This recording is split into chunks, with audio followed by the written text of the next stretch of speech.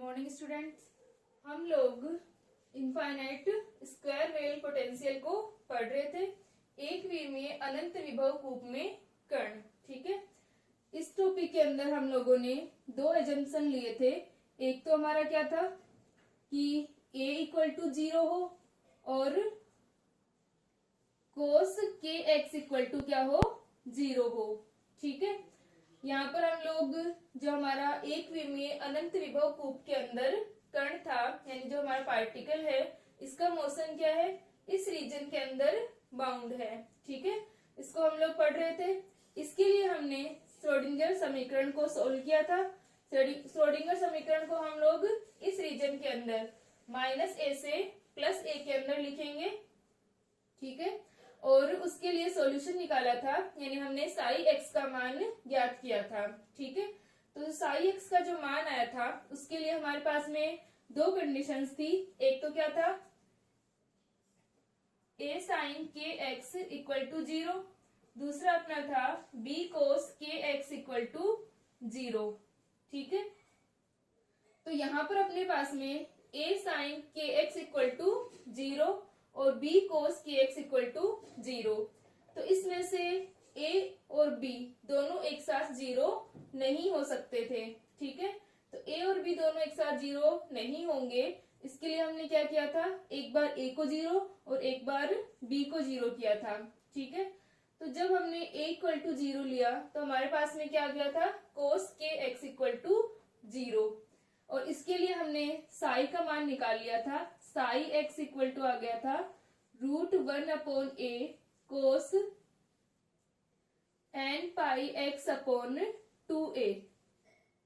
ठीक है, ये वेव फंक्शन आया था। और जहां पर हमारा n क्या था, n इक्वल टू 1, 3, 5, यानी क्या थे, ओड इंटीजर थे, विषम पूर्णांक थे। तो हमारे पास में यहां तक हमने इसको सोल्व कर लिया था। जो हम ये 1 डायमेंशनल इनफाइनाइट स्क्वायर वेव पढ़ रहे थे उसके अंदर हमने यहां तक सोल्व कर लिया था। ठीक है, अब हम लोग जो हमारा सेकंड ऑप्शन था जिसके अंदर b इक्वल टू 0 और साइन की x इक्वल टू 0 होगा, उसके लिए इसको सोल्व करते हैं और साई का मान निकालते हैं।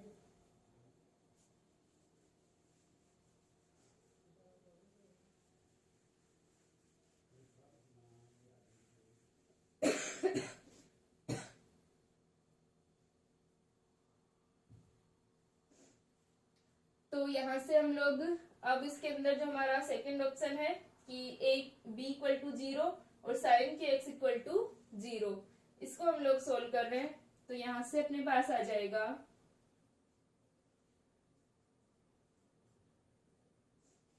b इक्वल टू 0 और साइन के x इक्वल टू 0।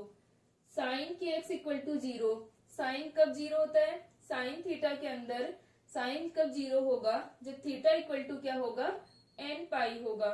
जैसे कि कोस के x के अंदर क्या था, हमने कोस को 0 किया था, तो कोस क्या होता है, π/2, 3π/2, यानी n π/2 के लिए 0 होता है। तो अपना साइन जो होगा वो n पाई के लिए 0 होगा। तो यहां पर हम लिखेंगे के एक्स इक्वल टू n डेस पाई। यहाँ पर हमने n कोस के लिए लिया था, यहाँ पर हम n डेस पाई ले लेते हैं। और n डेस के मान क्या होंगे, n डेस इक्वल टू हो जाएगा 1, 2, 3। और इन सब वैल्यूज के लिए साइन का मान क्या होगा, 0 होगा। ठीक है, साइन इन सब के लिए अपने पास में क्या आ जाएगा, 0 आ जाएगा, क्योंकि के एक्स इक्वल टू n डेस पाई है। अब जो हमारा कोस था, कोस के अंदर हमने क्या लिया था, के एक्स इक्वल टू n π/2 लिया था। ठीक है, तो हमने यहाँ पर n लिया है और यहाँ पर n डेस लिया है। तो जब हम वेव फंक्शन को लिखेंगे तो इसके वेव फंक्शन में तो क्या आया, कोस n pi x upon 2a। और इस वाले वेव फंक्शन में क्या आएगा, अगर हमने n डेस लिया तो साइन n डेस पाई x अपॉन 2a आएगा। तो हम लोग दोनों में समानता रहे, यानी इसमें भी n और इस वाले वेव फंक्शन के अंदर भी क्या रहे, n रहे। क्योंकि जब हम लोग एनर्जी लेवल्स को लिखेंगे तो वहां हमें n की वैल्यू रखनी पड़ेगी। तो हम लोग दोनों ही वेव फंक्शन के अंदर क्या आ जाए, एन आ जाए, इसके लिए हम क्या करते हैं, यहाँ पर भी एन को ही लेके चलते हैं। एन और एन डेज में एक रिलेशन लिख लेंगे और उसके बाद में यहाँ पर भी क्या लिख लेंगे, एन ही लिख लेंगे।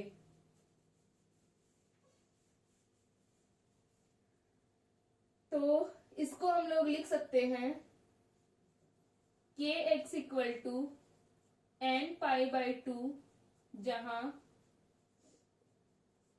एन क्या है, 2n डेज है। इस वाले के लिए अपने पास में n क्या हो जाएगा, 2n डेज हो जाएगा। तो जब हम n डेज के मान रखेंगे 1 2 3 आदि, तो अपना n क्या बन जाएगा, 2 4 6, ये वैल्यू आ जाएंगी।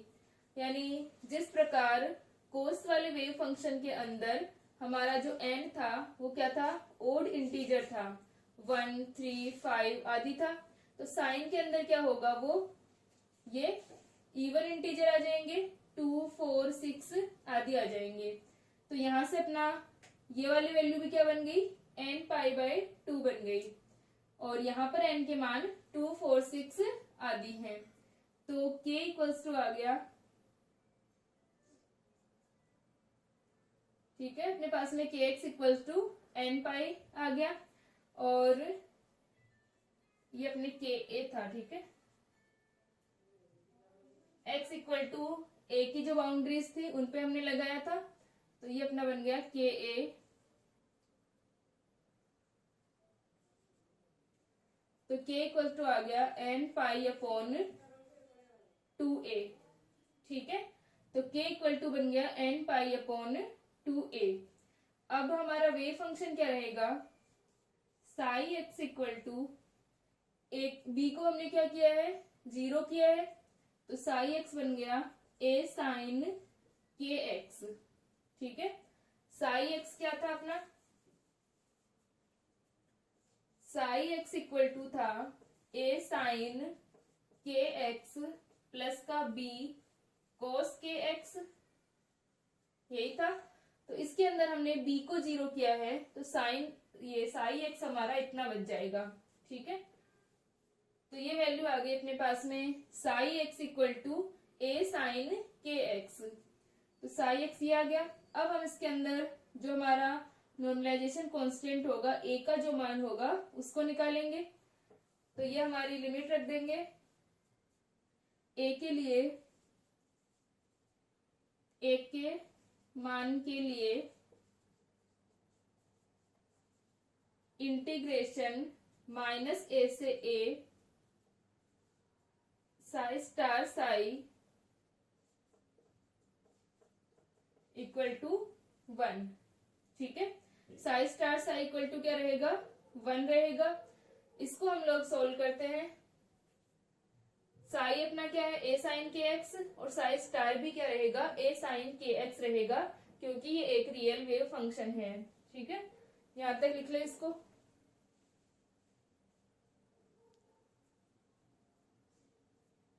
तो इसको हम लोग इंटीग्रेट करें तो क्या आ जाएगा,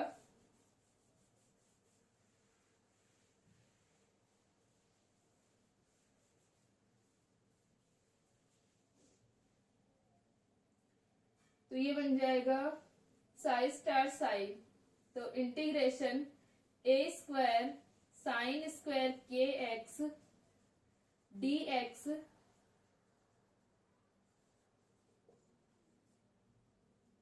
माइनस ए से ए इक्वल टू 1।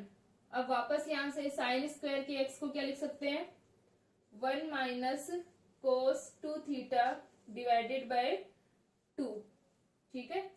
तो ये अपना बन जाएगा, इसको वापस से साइन का स्क्वायर है यानी इवन बन गया ये फंक्शन।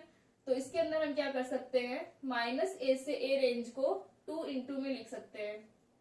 तो ये आ जाएगा 2 इंटू 0 टू ए स्क्वायर, इसको हमने लिख लिया 1 माइनस कोस 2 के x divided by 2 d x equal to 1।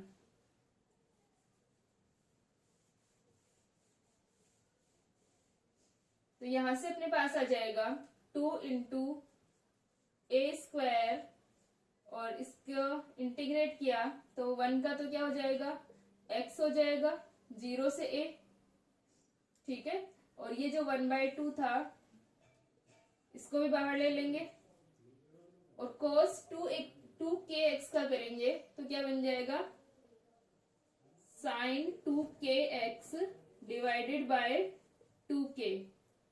तो अब साइन के अंदर जब हम 0 रखेंगे या a रखेंगे, क्योंकि k अपना क्या है n pi x upon 2a है, तो ये क्या रहेगा, एक तो n पाई की फॉर्म बनेगी और एक साइन 0 बनेगा। तो साइन 0 के अंदर और n पाई दोनों में क्या होगा, 0 होगा, तो ये वाली टर्म हट जाएगी, ये वाली 0 रहेगी जब हम लिमिट रखेंगे,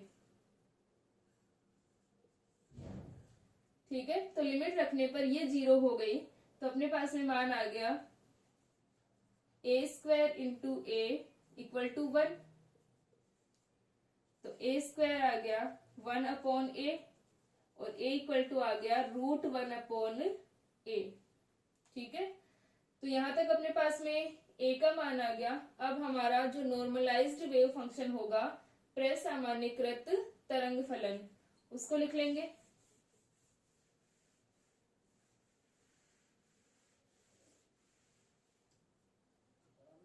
तो यहां से आ गया प्रसामान्यकृत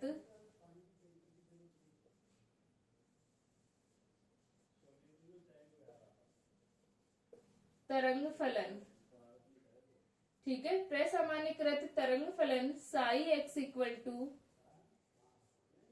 √1/a sine n pi x upon 2a, ठीक है। और जहां पर हमारा n क्या है, 2 4 6 है, ठीक है। तो यहां से अपने पास में साई के दो मान आ गए। एक तो साई हमारा वेव फंक्शन आया है √1 upon a sine n pi x upon 2a। एक अपने पास में साई x इक्वल टू क्या आया था, √1/a cos n pi x upon 2a, ठीक है। और यहां पर n क्या था, 1 3 और 5, ठीक है। तो ये जो अपने पास में वैल्यू आ रही है कि psi x equal to √1/a sine n pi x upon 2a, ये हमारा इवन नंबर्स के लिए है, ठीक है, इवन इंटीजर्स के लिए होगा। और कोस वाला जो वेव फंक्शन है वो ओड इंटीजर के लिए होगा, ठीक है। और यहां से हम देख सकते हैं कि जो हमारे ओड इंटीजर वाला वेव फंक्शन है, यानी 1 3 5 लेवल के लिए जो हमारा वेव फंक्शन आ रहा है, उसकी प्रॉपर्टी क्या है कि psi -x equal to psi x होगा, ठीक है। तो यहां से अपने पास में ये क्या हो गया कि psi -x equal to psi x रहेगा, क्योंकि कोस के अंदर अगर हम -x रखेंगे तो ये क्या रहेगा, प्लस ही रहेगा, ठीक है। तो यहां से अपने पास में इस तरह से वेव फंक्शंस आ जाएंगे। अब हम इसके लिए एनर्जी आइगन वैल्यू निकालते हैं और इसके ग्राफ बनाते हैं, ठीक है। इन दोनों को लिख लो।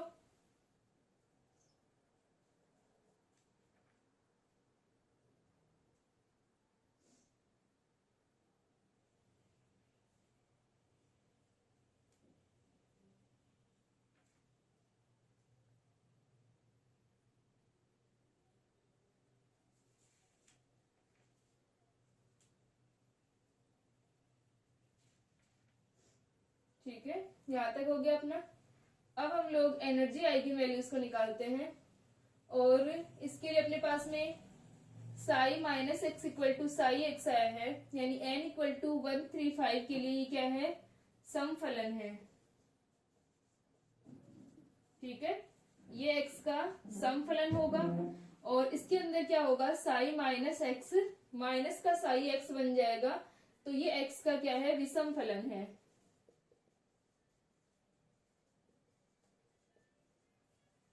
ठीक है। तो जो हमारा सममित विभव कूप था वो दो फलनों में विभाजित हो जाएगा, समफलनों में और विषम फलनों में, ठीक है।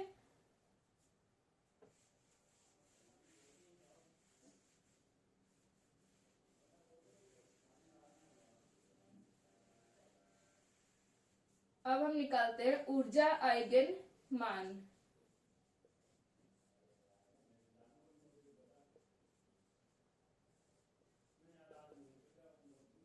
ऊर्जा आइगन मान क्या होंगे?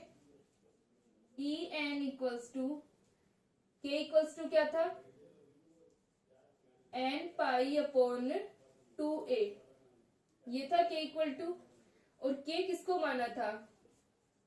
√2m upon H cut square को। ठीक है, तो यहां से हम ई का मान निकाले तो ई इक्वल टू क्या आएगा?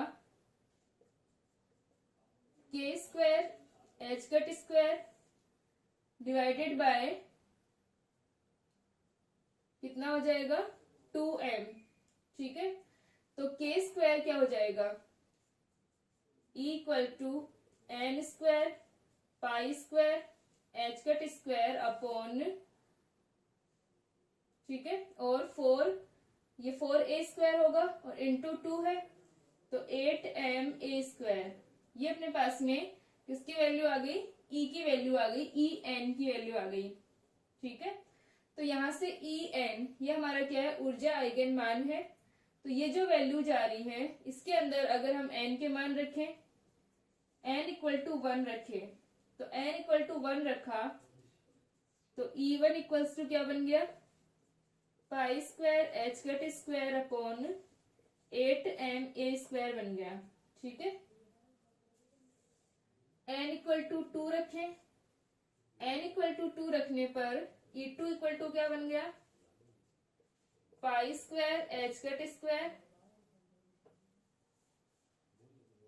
n का स्क्वायर होगा तो क्या हो जाएगा? 4, और क्या आ जाएगा? पाई square H cut square upon 8ma square, तो यह आ जाएगा 4E1। इसी प्रकार E3 क्या आ जाएगा? 9 पाई square H cut square upon 8ma square, तो ये 9E1 आ जाएगा। ठीक है, तो जो हमारी एनर्जी आइगन वैल्यू जाएंगी वो क्या आएंगी? डिस्क्रीट आएंगी, यानी कंटिन्यूस नहीं आ रही है। पहले हमारा E1, फिर उसका 4E1 आया, फिर उसका 9 टाइम्स E1 आया। तो जो एनर्जी आइगन वैल्यूज है वो क्या है? डिस्क्रीट है, विविक्त है। ठीक है, डिस्क्रीट होंगी, ये कंटिन्यूस नहीं होंगी, यानी एनर्जी जो है वो डिस्क्रीट फॉर्म में होगी और क्वांटाइज्ड होगी। क्वांटाइज्ड होगी यानी कुछ पर्टिकुलर वैल्यूज होंगी ई की, जो कि क्या है? E1 के 4 टाइम्स 9 टाइम्स इस प्रकार मल्टीपल की फॉर्म में होंगी। ठीक है, तो यहाँ पर अपना जो ई है वो क्या है? क्वांटाइज्ड है, क्वांटीकृत है। और दूसरा क्या होगा कि जो हर एक एनर्जी आइगन वैल्यू होगी उसके संगत एक ही आइगन फंक्शन होगा, क्योंकि अपना जो आइगन फंक्शन हमारे पास में आ रहे हैं कोस एन पाई एक्स, एक तो अपना कोस का है और क्या है? साइन का है। तो सभी आइगन फलनों के लिए अलग अलग एनर्जी आइगन वैल्यू होगी, तो सारे क्या हो जाएंगे? ये डीजेनरेट नहीं होंगे।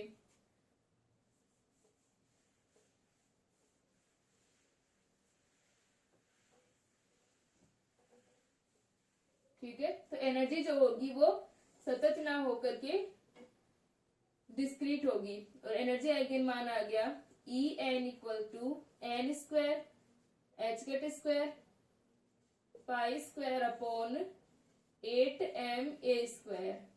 ठीक है, तो ये अपनी एनर्जी आइगन वैल्यू। अब हम लोग निकालते हैं, इसके ग्राफ बनाते हैं जो अपने वेव फंक्शंस हैं।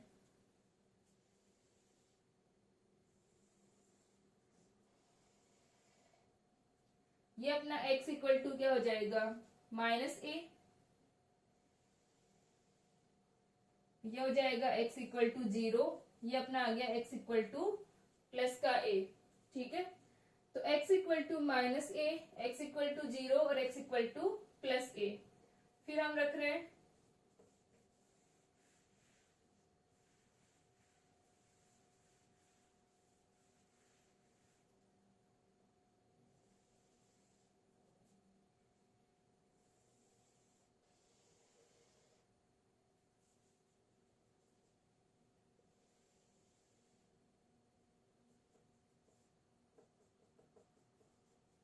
ठीक है, तो जो हमारा n इक्वल टू 1 होगा,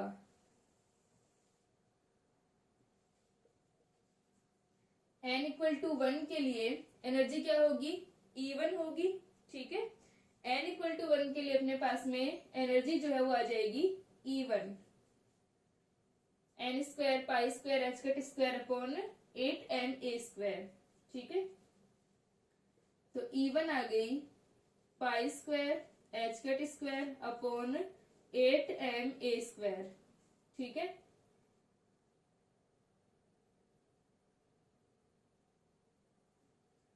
ये अपना आ गया n इक्वल टू 1 के लिए। अब n इक्वल टू 1 के लिए वेव फंक्शन कौन सा आएगा, n इक्वल टू 1, 3 और 5 के लिए, यानी आगे ओड इंटीजर के लिए, विषम पूर्णांकों के लिए वेव फंक्शन क्या था, psi X equal to √1/a cos n pi X upon 2a। ठीक है, ये अपने पास में क्या होगा, साई एक्स जो होगा वो कोस वाला वेव फंक्शन होगा। ठीक है, तो कोस वाला वेव फंक्शन होगा, तो यहां पर हम लिख सकते हैं √1/a cos n equal to 1 के लिए है पाई एक्स अपॉन 2a। ठीक है, n इक्वल टू 1 के लिए अपने पास में कोस वाला वेव फंक्शन आएगा। और अब हम वैल्यूज रखे x इक्वल टू 0 पर। ठीक है, x इक्वल टू 0 पर क्या होगा, इसकी मैक्सिमम वैल्यू होगी। और x equal to plus a पर, x इक्वल टू a के ऊपर क्या होगा, पाई अपॉन 2, यानी ये 0 हो जाएगा। ठीक है, और इसी प्रकार x इक्वल टू अगर -a रखते हैं तब भी क्या होगा, ये 0 होगा। और कोस के अंदर क्योंकि यहाँ पर हमने a रखा तो ये 2a π/2 आ गया तो 0 हो गया। अब कोस के अंदर क्या होता है कि -x अगर हम रखते हैं तो क्या होता है, कोई फर्क नहीं पड़ेगा, पॉजिटिव रहेंगी वैल्यूज। तो यहां से अपना जो वक्र आएगा वो इस प्रकार आएगा। तो हम देख सकते हैं कि n इक्वल टू 1 के लिए जो हमारा वेव फंक्शन है √1/a कोस पाई एक्स अपॉन 2a क्या है, समफलन है ये x का, समफलन है, सममित है ये। x प्लस के लिए भी और माइनस के लिए भी सेम ही प्रकार से आ रहा है ग्राफ, तो ये क्या हो गया, सममित है, समफलन है। अब हम बात करें n इक्वल टू 2 की।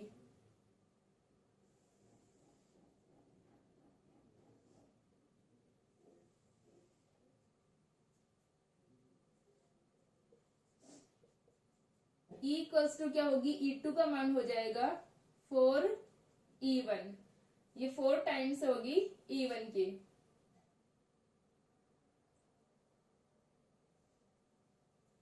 तो यहां से अपने पास में आ जाएगा n इक्वल टू 2 के लिए वेव फंक्शन क्या आएगा, n की जो इवन वैल्यूज है उनके लिए वेव फंक्शन क्या है, √1/a sine n pi X upon 2a, यानी 2 पाई एक्स अपॉन 2a। ठीक है, तो इसके लिए अगर हम ग्राफ बनाएं तो x इक्वल टू 0 पर साइन क्या होता है, 0 ही होता है। ठीक है, तो x इक्वल टू 0 पर साइन 0 होगा। और x इक्वल टू a की हम बात करें तो 2 से 2 तो कैंसिल ही हो रहा है, x इक्वल टू a रखेंगे तो 2 पाई a अपॉन 2a, यानी पाई बचेगा, तो यहां पर भी साइन 0 होगा। और -a की बात करें तब भी साइन क्या होगा, 0 होगा। हम बात करें a/2 की, तो a/2 पर क्या हो जाएगा, 2 से 2 तो कैंसिल, x की जगह अगर हमने a/2 रखा तो ये बन गया π/2, यानी यहां पर क्या होगा, साइन मैक्सिमम होगा। ठीक है, और जब हम -a/2 रखेंगे तो साइन की वैल्यू तो मैक्सिमम आएगी लेकिन माइनस में आएगी, -1 आएगी, यहाँ पर +1 होगी।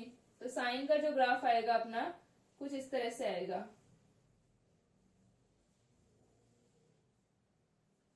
ठीक है, तो यहां से हम लोग देख सकते हैं कि साइन का जो हमारा फंक्शन है वो क्या है, x का विषम फलन है। यानी x की जगह अगर हम -x चेंज करते हैं तो क्या बन जाता है, ग्राफ नेगेटिव हो जाता है। तो यहां से अपना क्या हो गया, x का ये विषम फलन होगा।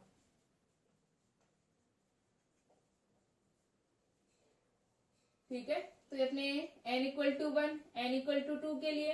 अब हम बात करें n इक्वल टू 3 की।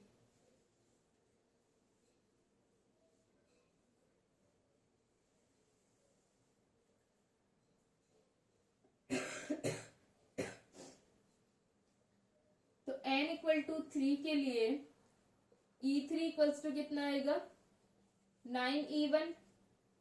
ठीक है, n इक्वल टू 3 के लिए अपने पास में एनर्जी जो वैल्यू आएगी वो कितनी आ जाएगी, 9E1 आ जाएगी। ठीक है, और जो वेव फंक्शन होगा, वेव फंक्शन कौन सा होगा यहाँ पर, अब कोस वाला होगा n इक्वल टू 3 के लिए। तो √1/a कोस 3πx अपॉन 2a। ठीक है, तो जब हमने x इक्वल टू 0 रखा तो कोस 0 मैक्सिमम होगा। ठीक है, तो एक तो अपने पास में दोनों साइड यही वैल्यू आएगी क्योंकि ये सम फलन है। दूसरा x इक्वल टू a के ऊपर, तो x इक्वल टू a के ऊपर अपने पास में क्या हो जाएगा, कोस की वैल्यू 3πa अपॉन 2a, कोस 3π/2। तो वापस से ये अपने पास में क्या हो जाएगी, 0 हो जाएगी। ठीक है, और जब हमने x इक्वल टू a/2 रखा तो a/2 के ऊपर कितना हो जाएगा, कोस 3πa/2। ठीक है, तो यहां से अपने पास में a से कैंसिल। ठीक है, और हम क्या रख रहे हैं, x इक्वल टू रख रहे हैं a/2, यानी ये अपना कितना बन गया, 3π/4। और इसी प्रकार हम x के लिए -a/2 रखेंगे तो अपना जो ग्राफ आएगा कोस का,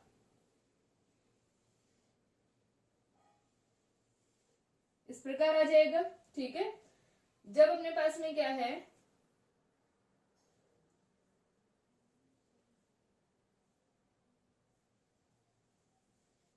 x इक्वल टू क्या रख रहे हैं हम लोग, 0, x इक्वल टू a और x इक्वल टू -a। ठीक है, तो जब भी अपना x इक्वल टू a और -a है वहां पर कोस हमारा क्या हो जाएगा, 0 हो जाएगा। और कोस और कहां पर 0 हो जाएगा, इन वैल्यूज पर।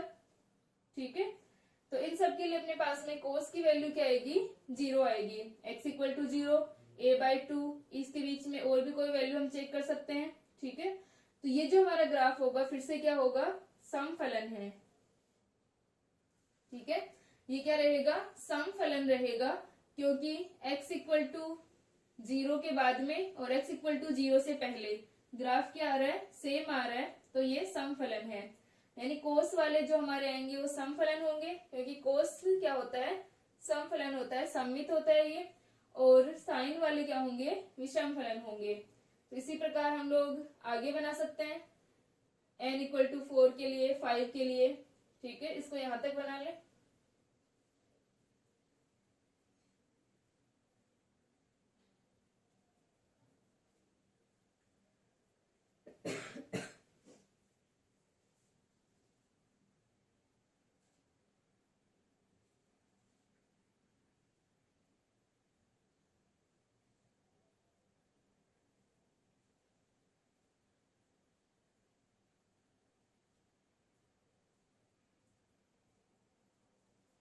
ठीक है,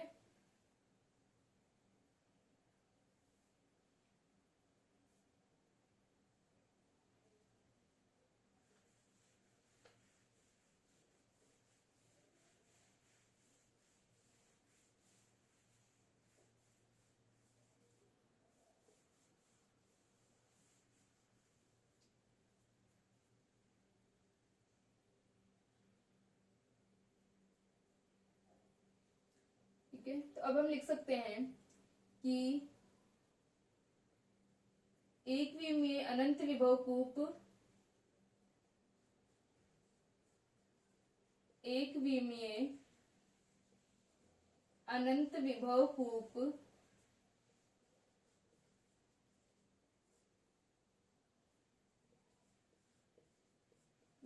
कूप के लिए, ठीक है, ये जो हम वन डायमेंशनल ये स्क्वायर वेल हम जो कर रहे हैं, इसके अंदर अपने पास में क्या होगा, जो हमें आइगन फंक्शन मिले हैं, ठीक है। तो इसके लिए क्या होगा कि विभव कूप के लिए भिन्न भिन्न ऊर्जा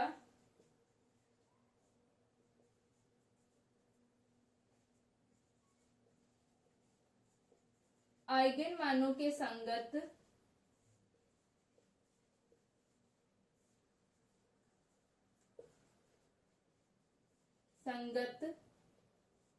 आइगन फलन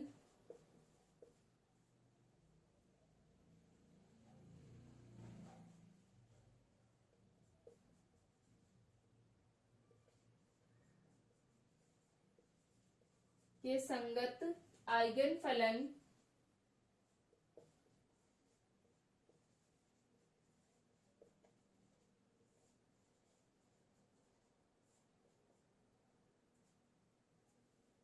psi N X psi M X क्या होंगे, लांबिक होंगे, ठीक है। EN के संगत आइगन फलन लांबिक होते हैं,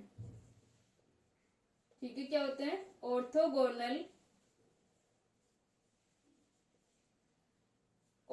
की कंडीशन क्या होती है अपने पास में कि साई और साई एम, साई एन और साई एम दो अगर हमारे पास में वेव फंक्शन है तो क्या होगा, इसके लिए अपन करें integration psi N star X psi M X dx equal to क्या होगा, 0 होगा, ठीक है।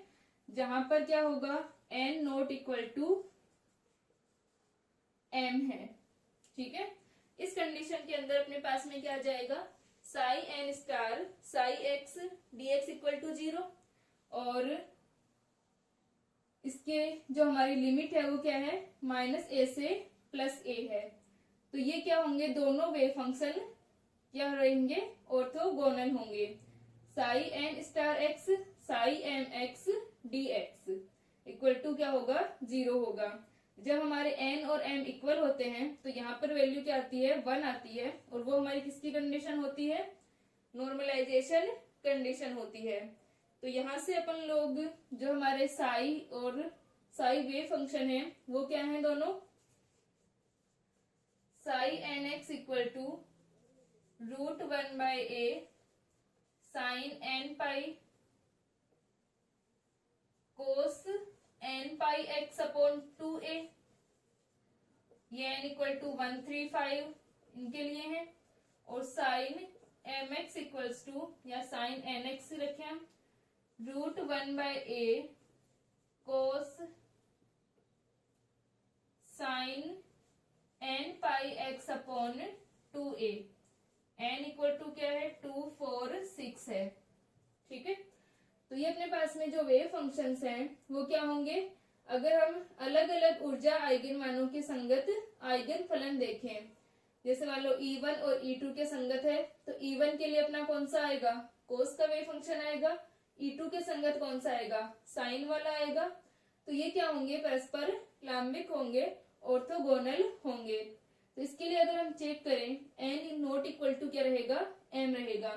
तो जैसे हमने n इक्वल टू 1 और m इक्वल टू 2 के लिए चेक किया, तो हमारे पास में कौन कौन से वेव फंक्शन हमें रखने होंगे, एक कोस का रखना होगा और एक साइन का रखना होगा। उसके बाद हम इसको चेक कर सकते हैं कि क्या ये लांबिक होते हैं, और जो हमारी लिमिट होगी वो क्या रहेगी, -a से +a रहेगी। नॉर्मलाइजेशन के लिए भी हमारी जो लिमिट थी वो -a से +a थी। बाकी जो हम पहले क्वेश्चंस कर रहे थे वहां पर हम लोगों ने -∞ टू +∞ रेंज ली थी, ठीक है। लेकिन यहाँ पर जो पार्टिकल का मोशन है वो कहीं क्या है, एक बाउंड मोशन होगा, बाउंड स्टेट प्रॉब्लम्स है ये। तो बाउंड रीजन के अंदर उसका जो मोशन है वो -a से +a तक ही पॉसिबल है। इसकी वजह से जो हमारा साई एक्स होगा, जो वेव फंक्शन होगा, वो भी क्या होगा, सिर्फ -a से +a के अंदर ही एग्जिस्ट करेगा। इसके कारण हमने लिमिट जो है वो -a से +a ली है। और इनके लिए हम चेक कर सकते हैं कि जो वेव फंक्शंस होंगे वो ऑर्थोगोनल होंगे। तो एक तो इनकी ये प्रॉपर्टी हो जाएगी कि वेव फंक्शंस ऑर्थोगोनल होंगे, यानी ये जो हमारा 1 डायमेंशनल इनफाइनाइट स्क्वायर वेव है, इसके अंदर हमको क्या क्या रिजल्ट मिल रहे हैं कि एक तो ये सममित विभव कूप था, x = 0 के दोनों ओर समान था, ठीक है, दोनों ओर था अपने। और उसके बाद में इसकी जो साई एक्स मिलेंगे, हमको क्या मिलेंगे, दो प्रकार के वेव फंक्शन मिलेंगे, एक तो सम फलन मिलेंगे और एक विषम फलन मिलेंगे। इसके अलावा जो एनर्जी आइगन वैल्यूज होंगी वो क्या होंगी, डिस्क्रीट होंगी, विभक्त होंगी। और जो ये वेव फंक्शंस होंगे अलग अलग एनर्जी आइगन वैल्यूज की कोरेस्पोंडेंस क्या रहेंगे, ये अपने ऑर्थोगोनल होंगे, ठीक है। तो ये हमें इससे 1 डायमेंशनल इनफाइनाइट स्क्वायर वेव से रिजल्ट मिलते हैं, ठीक है। तो नेक्स्ट लेक्चर के अंदर हम बाउंड स्टेट प्रॉब्लम्स के आगे एग्जांपल्स करेंगे।